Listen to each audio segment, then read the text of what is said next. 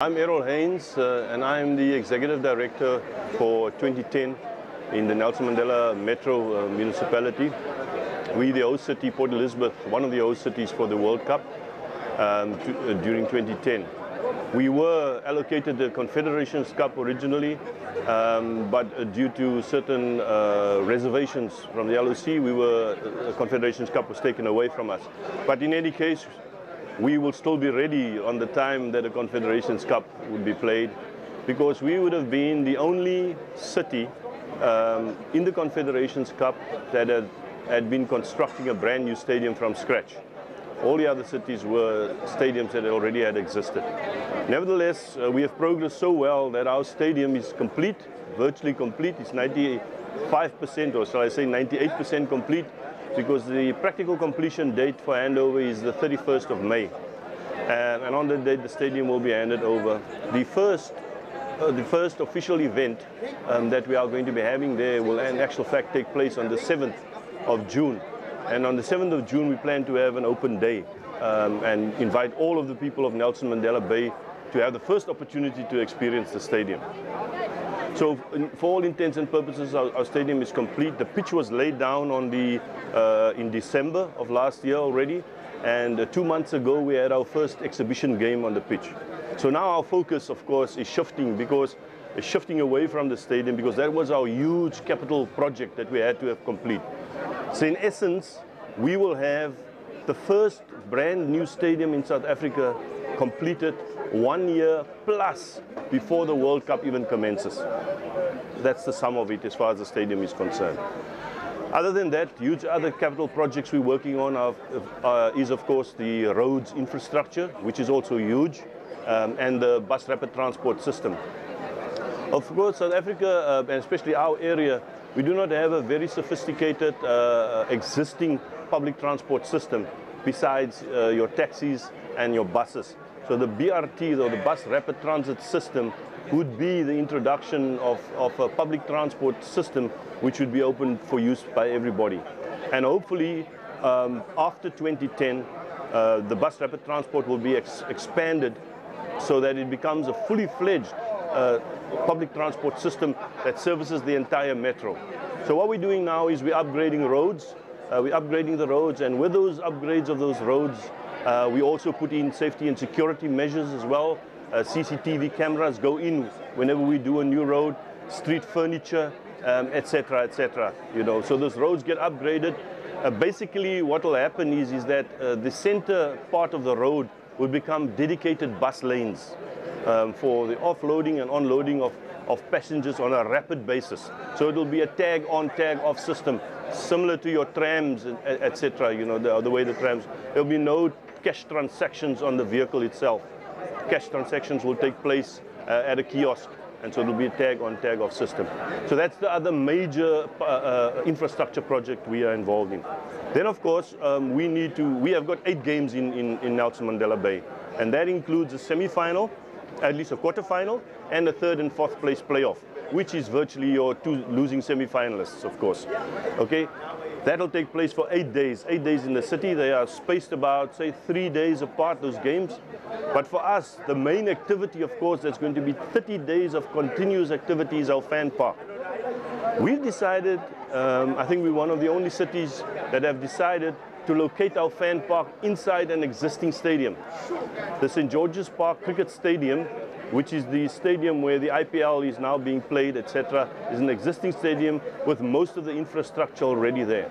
So we're using the St. George's Park, and the reason why we're doing that is because it's got such an excellent precinct. Besides the stadium, it has a B field as well, which we can use as a spillover. So we're hoping to accommodate about 35,000 people inside the stadium, and any spillover from that would go onto the B field. That is as far as our fan fest is concerned. But coupled to that, the park precinct also has got a number of other fields, and it's got an area which we have, which we call the Art in the Park area. Every first Sunday of the month, artists and people who produce artifacts and even sell food come to this area in the park, and it's a day of festivities. That's the first Sunday of the month. So what we plan to do is that for the period of the World Cup, in that area of the park, we will have a continuous 30-day days of festivities in that area, which will be your informal traders would be able to have access there. So it's the area that people would walk through to get to your fan fest. Coupled to that, we're also putting together a major road precinct which is being upgraded. A portion of it has already been upgraded, called Parliament Street. And so it would be like a circular route which will have shuttle buses running around. And the route would be approximately, say, about 8 kilometers, 5 to 8 kilometers in a square area. So the shuttle buses will run continuously around that route. And at one end, you would have the fan park. And at the other end, you would have our Government Beki, which is basically the main street in the city center. Okay, so that whole area would be an area of 30 days of activity. So for us, the most of the activities would be taking place there, whereas on match days, it will shift to the stadium for those 8 days.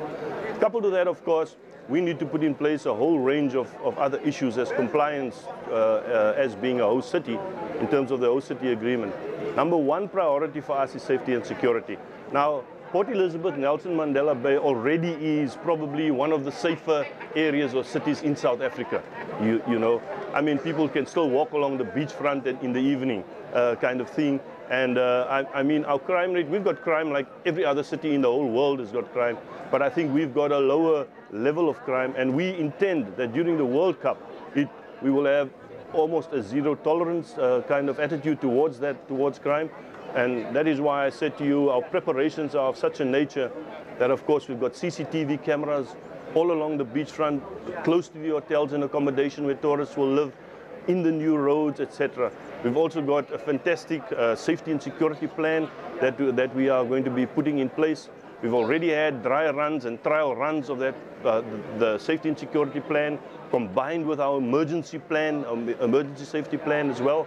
So all of those things have already taken place. So we're well advanced in terms of doing that. It is an area of particular importance for us because of some negative perceptions around that, which we think we need to correct with this World Cup. And for us, it's important that we create an environment that will also create legacy and people can come again.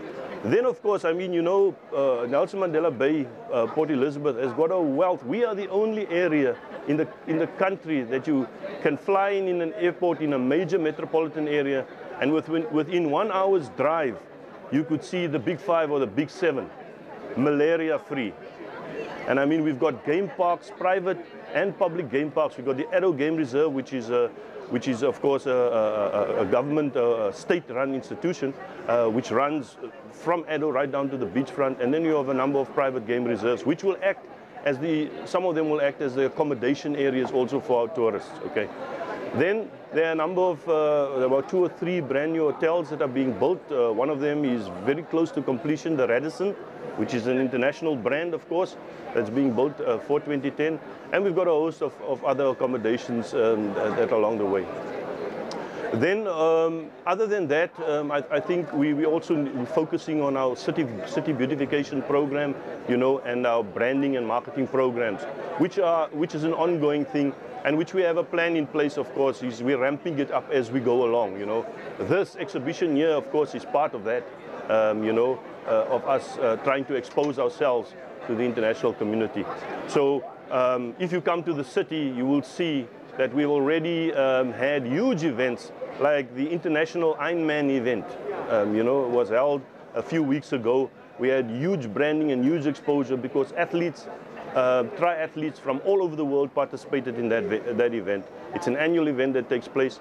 And then a week after that, we had what we call the Splash event. That is one of the major attractions to Port Elizabeth, Nelson Mandela Bay.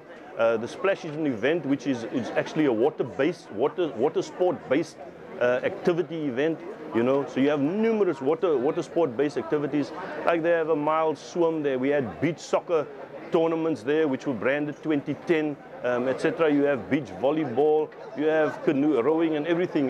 You know, so as far as that's concerned, we will be ramping up our program in terms of exposure rapidly. I also want to say that we've probably got the best website going of all of the host cities. And that has been said by FIFA as well. And you are welcome to go and have a look at it. It can be found at www.nelsonmandelabay.gov.za/FIFA World Cup. And there you'll find our website. It's constantly updated.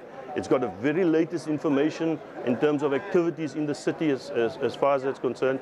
So it's a source for everybody to have a look at. We've also got we were also rated, you know, very recently the LOC had the launch of the poster. Each city is supposed to have a jingle and a poster. So we launched the poster, and our poster was rated the highest. In fact, on the FIFA website now, it is the only poster that's got a 5-star rating. Okay, and I think the next one up has only got 3 stars. So I think we're quite up there in terms of exposing ourselves and being in a state of readiness for the visitors to come and visit us.